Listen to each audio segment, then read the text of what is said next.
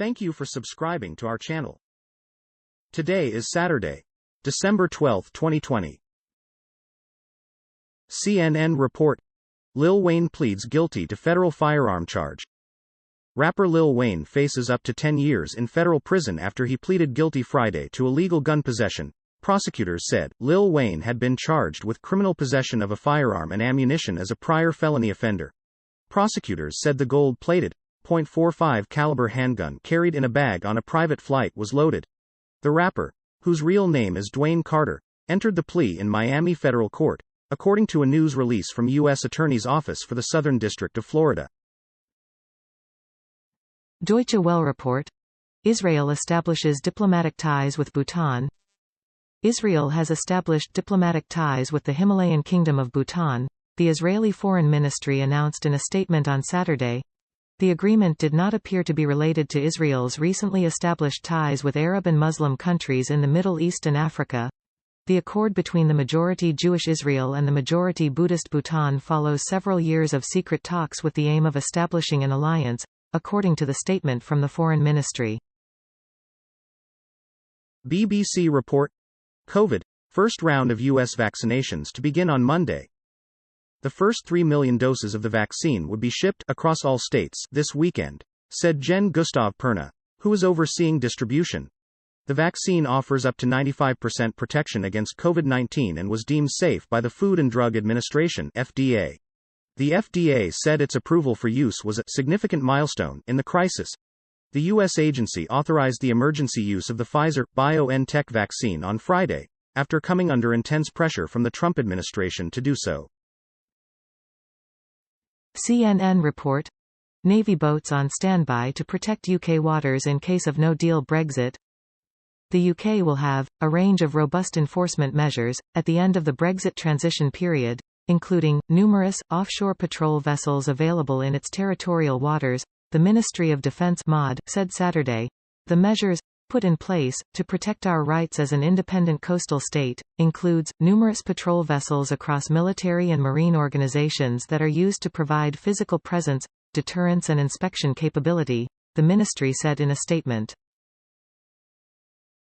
CNN report: Chef José Andrés says U.S. needs the political will to end the hunger crisis.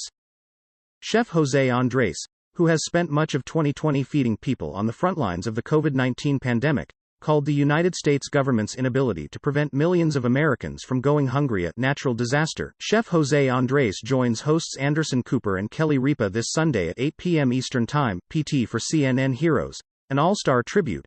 You can donate to World Central Kitchen right now at CNN Heroes. CNN report: Here's what we know about the Casey Goodson Jr. fatal police shooting. A Franklin County Sheriff's Office deputy was in Columbus, Ohio, on December 4 looking for violent offenders. Instead, he fatally shot Casey Goodson Jr., a 23-year-old black man, who had no criminal background, according to a family attorney, and was not the target of any investigation. Goodson's mother says he was shot as he tried entering his home after returning from the dentist and Subway, a quick stop he made to get sandwiches for his 5-year-old brother and 72-year-old grandmother.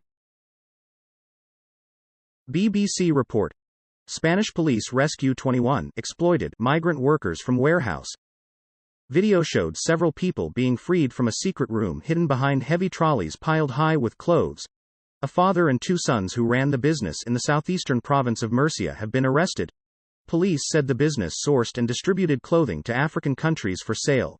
When officers raided the business in Fuente Alamo, the manager began to shout at his workers to run and hide, the statement said. Fox report: Florida man pays neighbors utility bills for second straight Christmas.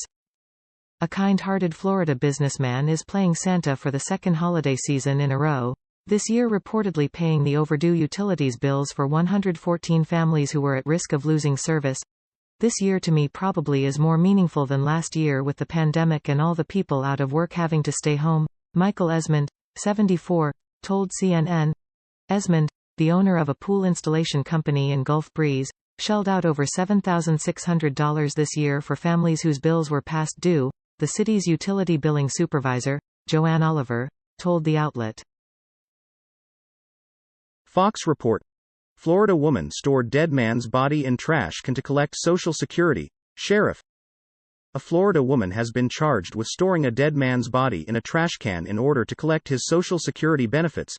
Michelle Haney, 49, of Bradenton, was arrested and charged Wednesday with abuse of a dead body in connection with the death of 40-year-old John Christopher Leonard.